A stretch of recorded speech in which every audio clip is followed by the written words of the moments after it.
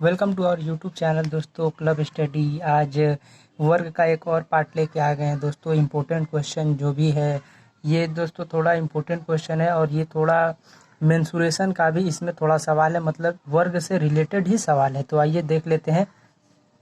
एक वर्ग की प्रत्येक भुजा में 5 सेंटीमीटर की वृद्धि करने पर इसके क्षेत्रफल में 165 सेंटीमीटर की वृद्धि होती है।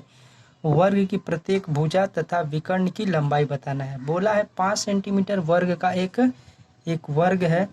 अगर इसका एक भुजा है मान लीजिए एक्स, और एक्स में क्या बोल रहा है, अगर हम 5 सेंटीमीटर वृद्धि कर दें, 5 सेंटीमीटर वृद्धि कर देंगे तो उसका क्षेत्रफल में 165 सेंटीमीटर बढ़ जा रहा है। तो इसको सवाल हम कैसे बनाएंगे दोस्तों। तो मान लीजिए पहले एक्स था, अब बढ़ के कितना हो गया, एक्स प्लस 5 हो गया है। तो हम बोल सकते हैं कि एक्स प्लस 5 का होल स्क्वायर, क्योंकि दोस्तों वर्ग का जो क्षेत्रफल होता है वो एक्स स्क्वायर होता है, मतलब साइड का स्क्वायर। तो मेरा साइड है एक्स प्लस 5, तो इसका स्क्वायर कर दिए। इसमें से माइनस करेंगे हम पहले का क्षेत्रफल एक्स स्क्वायर, तो मेरा कितना आ जाएगा दोस्तों। तो मेरा आ जाएगा 165 जो यहाँ पे दिया है।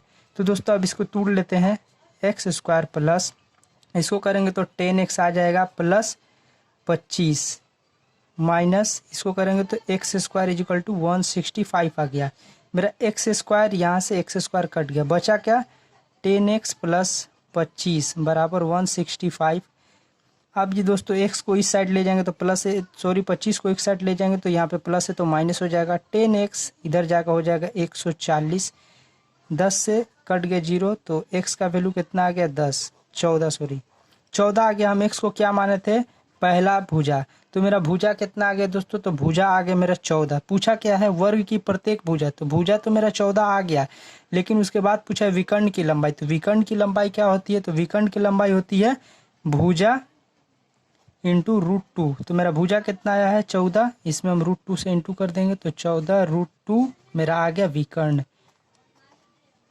यही मेरा आंसर हो गया दोस्तों। चलिए अगला सवाल पे चलिए दोस्तों स्टार्ट करते हैं। अगला सवाल, दो वर्ग के क्षेत्रफल में क्या अनुपात होगा जबकि पहला वर्ग का विकर्ण दूसरे वर्ग के विकर्ण का दोगुना हो।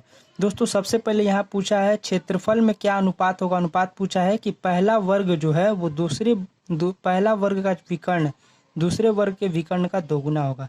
तो विकर्ण का पहले फार्मूला क्या होता है दोस्तों, तो भुजा इंटू √2 होता है, भुजा इंटू √2 होता है।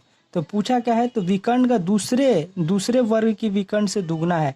मान लीजिए ये जो है भुजा √2, तो पहले वर्ग का विकर्ण दूसरे वर्ग के विकर्ण का दुगना है। तो इसको हम मान लिए पहले वर्ग का दोगुना है दूसरा जो है, तो इसको हम 2 से इंटू कर देंगे। अब इसका अनुपात, तो पूछा क्षेत्रफल में क्या, तो इसका भुजा निकालेंगे तो ही हमको क्षेत्रफल पता चलेगा, हमको इसका भुजा चाहिए। तो दोस्तों अगर हम √2 से √2 कटा देंगे, यहाँ पे क्या बचा भुजा, ये भुजा इधर आ जाएगा, यहाँ पे जो 2 है 2 बचेगा, यहाँ पे कुछ नहीं है तो 1। अब पूछा क्या है, तो दो वर्गों के क्षेत्रफल में क्या अनुपात होगा, तो इसका हम होल स्क्वायर कर देंगे और इसका भी होल स्क्वायर करेंगे, तो इसका भी होल स्क्वायर करना पड़ेगा, इसका भी होल स्क्वायर करना पड़ेगा। तो इसका आ जाएगा 4 और इसका आ जाएगा 1। तो मेरा अनुपात क्या आएगा 4:1 मेरा अनुपात आ जाएगा। यही मेरा आंसर हो जाएगा। चलिए दोस्तों स्टार्ट करते हैं अगला सवाल।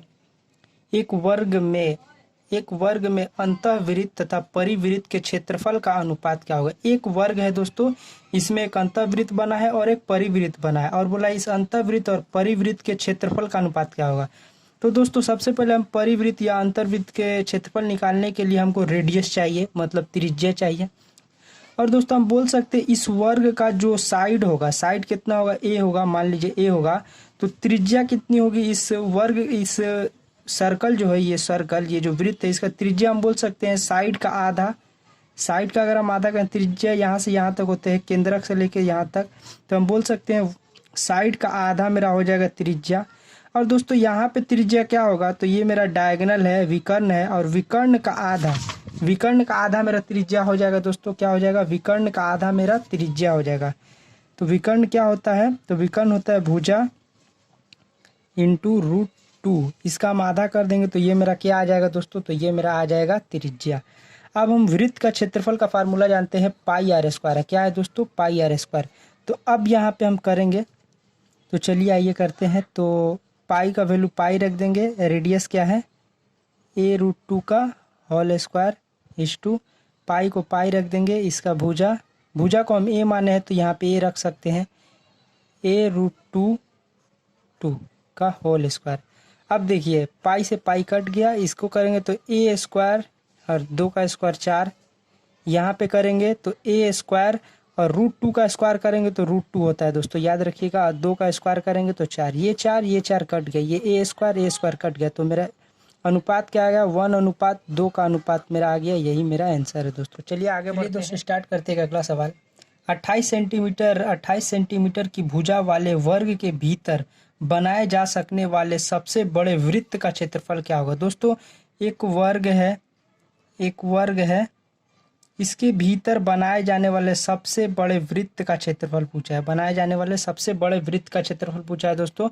और वृत्त के लिए सब क्षेत्रफल निकालने के लिए हम सबसे पहले रेडियस चाहिए, r मतलब त्रिज्या चाहिए दोस्तों।